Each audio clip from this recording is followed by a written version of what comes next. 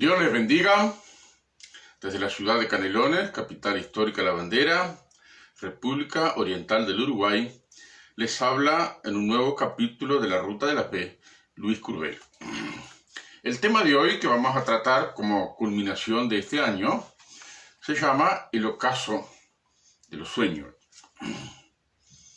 Un título un poco sugestivo, pero que refleja un poco lo que ha sido la realidad de este año para muchísimos uruguayos.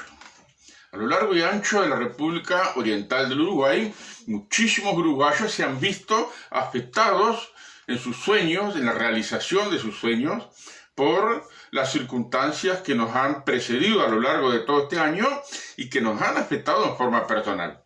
Y no solamente a nosotros los uruguayos, sino también a buena parte del mundo, por no decir todo, nos han afectado la pandemia y otras circunstancias que nos salieron al paso para que nuestros sueños no pudieran ser realizados. En lo personal, este servidor tenía algunos proyectos también para este año. Tenía pensado realizar algunos emprendimientos, pero la pandemia por un lado y circunstancias particulares ajenas a nosotros nos han impedido concretar esos sueños. Por tanto, nuestros sueños también se estrellaron contra la realidad. 2020 ha sido el ocaso de muchos sueños de incontables habitantes de nuestro planeta. Rudyard Kipling, escritor y poeta del siglo pasado, un escritor inglés, en uno de sus poemas titulado Sí, una frase de su poema decía: si puedes soñar sin que tus sueños sean tu meta. Si puedes soñar sin que tus sueños sean tu meta. Ha sido una expresión que me ha hecho pensar a lo largo de buena parte de mi vida, porque también he sido un soñador como tantas otras personas. Soñar no es un pecado, es algo natural. Hacemos trabajar nuestra imaginación que se mezcla con nuestras ambiciones y aspiraciones legítimas y formulamos esos sueños y los proyectamos como una meta, pero Rudyard Kipling nos enfrenta con una realidad. Si puedes soñar sin que tus sueños sean la meta. Entonces, ¿cuál es la meta de los sueños? La meta de los sueños debe ser concretarla. Todo el mundo sueña. No, es gratis soñar. Nos acostamos en nuestra cama, hacemos trabajar nuestra imaginación y soñamos y nos vemos a nosotros mismos como los protagonistas principales. Pero la realidad nos hace pararnos en seco porque la realidad suele estrellar nuestros sueños. Y sin duda, el 2020 ha sido un año en el cual ha puesto término a muchos de nuestros sueños. Pero este servidor también puede decir que si bien es cierto, algunos sueños de proyectos que he tenido pensado realizar no se pudieron concretar, sin embargo, nuestro Dios ha permitido concretar otras cosas que han sido una bendición para nuestra vida. Por tanto, al cerrar este año en el ejercicio de lo que ha sido las transmisiones de la Ruta de la Fe, vamos a poner término hasta el mes de febrero, Dios mediante, y esta va a ser nuestra última participación oficial de la Ruta de la Fe. Y quisiéramos terminar, despedirnos con la palabra del Salmo 90, versículo 12, la oración de Moisés, siervo de Dios. Dice en el Salmo 90, versículo 12, lo siguiente: enséñanos de tal modo a contar nuestros días que traigamos al corazón sabiduría. Qué interesante. Es notable que un hombre de la trayectoria, de la altura, de la importancia de Moisés, como lo fue Moisés en la historia judía, en una oración le haya expresado a Dios: enséñanos de tal modo a contar nuestros días para que traigamos al corazón sabiduría. Y hay tres términos aquí que aparecen en este versículo, que es parte de la oración de Moisés que encontramos en el Salmo 90. Primer término es enséñanos. Es notable que Moisés, un hombre de esta altura, en oración le diga a Dios una petición: enséñanos a contar nuestros días.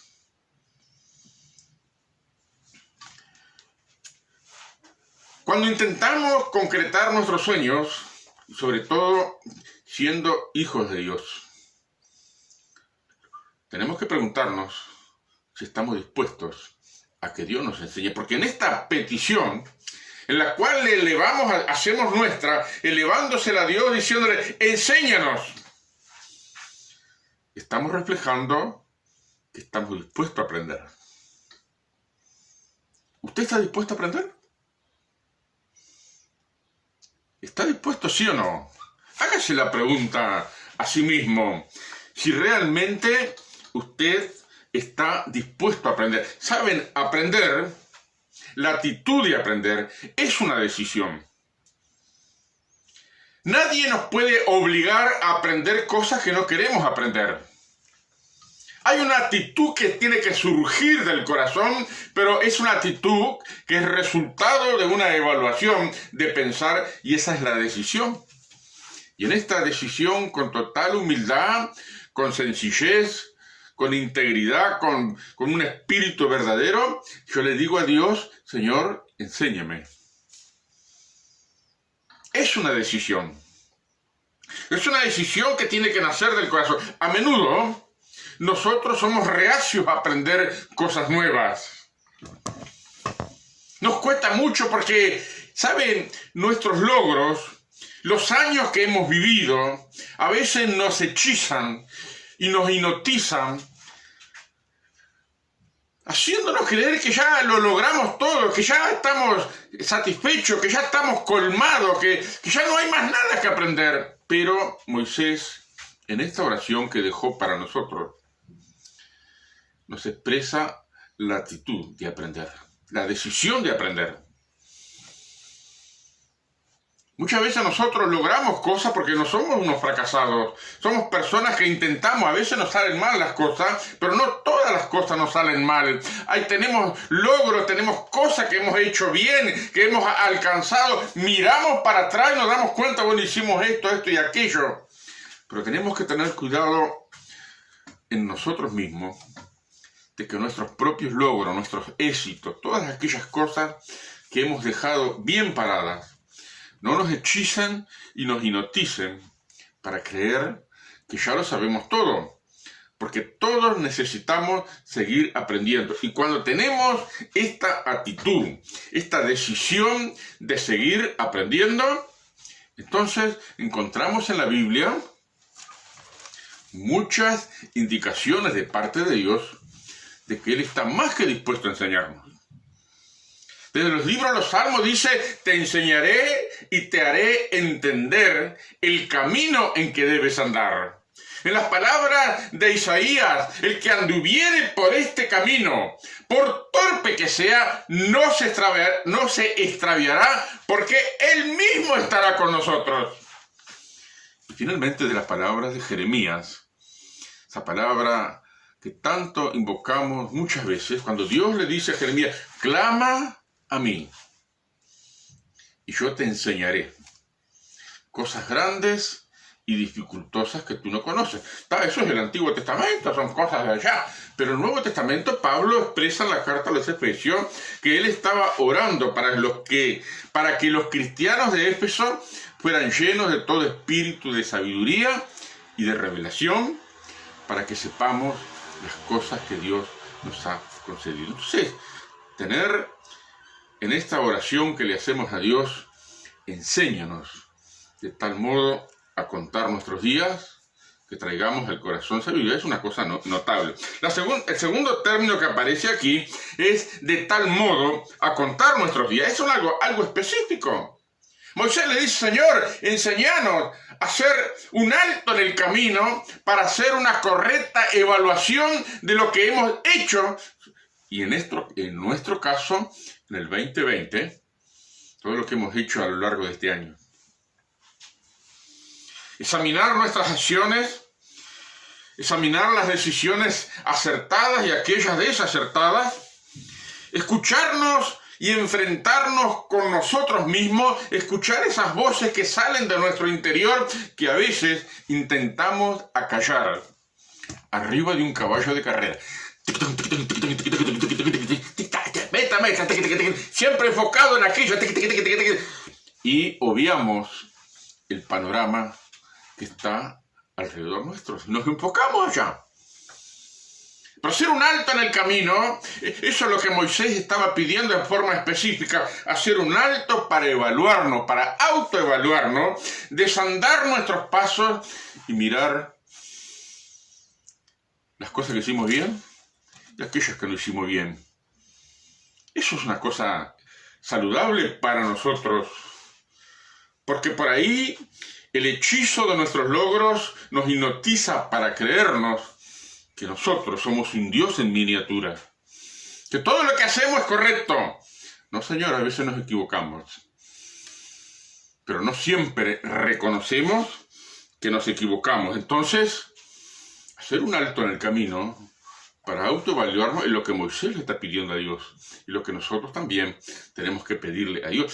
El equivalente en el Nuevo Testamento de esta oración de Moisés, enséñanos de tal modo a evaluar nuestros días, es lo que Pablo dice en la carta a Timoteo. Procura con diligencia presentarte ante Dios aprobado como obrero que no tiene nada de qué avergonzarse y que usa bien la palabra de verdad. Al presentarnos en la presencia de Dios, al término de este año 2020, ver que hubieron muchas cosas que no pudimos realizar, pero hubieron otras que sí realizamos, entonces nos evaluamos en la presencia de Dios, como obreros, que no tiene nada de qué avergonzarse. Capaz que por ahí hay algo que sí tenemos que avergonzarnos. Bueno, es el momento de reparar, es el momento de hacer una evaluación, de tomar alguna decisión para arreglar las cosas, para enderezar el entuerto, para corregir el rumbo, y de esa manera, entonces, nos podemos presentar como obreros que no tenemos de qué avergonzarnos. Nuestro Señor Jesús, en una ocasión antes de ser crucificado, le lavó los pies a los discípulos. Y el que se resistió a hacerlo fue Pedro. ¿Por qué le lavó los pies? ¿Acaso cuando uno camina, uno no transpira? No hay otras partes del cuerpo que se ensucian, porque la transpiración moja el cuerpo y el polvo que vuela se nos pega. Y aparecen por acá las costras negras de la transpiración mezclada con la tierra que vuela. Pero Jesús le lavó los pies solo. Porque esto nos deja la enseñanza de que aunque somos hijos de Dios nacidos de nuevo, aunque andamos en el Espíritu, tenemos al Espíritu como nuestra guía, sin embargo, a menudo sucede que nos ensuciamos los pies en nuestro transitar con cosas que a veces no fueron correctas. Bueno, pero es el momento de evaluarnos y arreglar nuestras cosas. Enséñanos de tal modo a contar nuestros días. ¿Y cuál es el resultado de esa parada para evaluar? Traer al corazón sabiduría.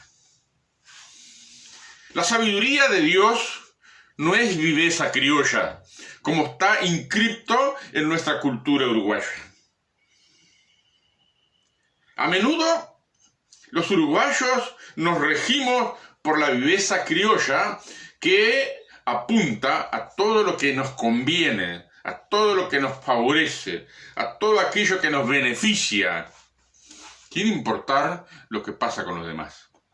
Pero la sabiduría que resulta de una parada en el camino, de evaluarse en la presencia de Dios, tomar algunas decisiones y corregir algunas cosas, no significa que vamos a ser más vivos, sino que vamos a ser más sabios. Y la sabiduría que Dios nos da es una sabiduría práctica. Así como Pablo dice a los Corintios que Él nos ha dado el Espíritu Santo para que sepamos las cosas que Él nos ha concedido. Y en la vida diaria nosotros necesitamos sabiduría para saber cómo actuar en las diferentes circunstancias que, algunas de ellas imprevistas, nos visitan diariamente.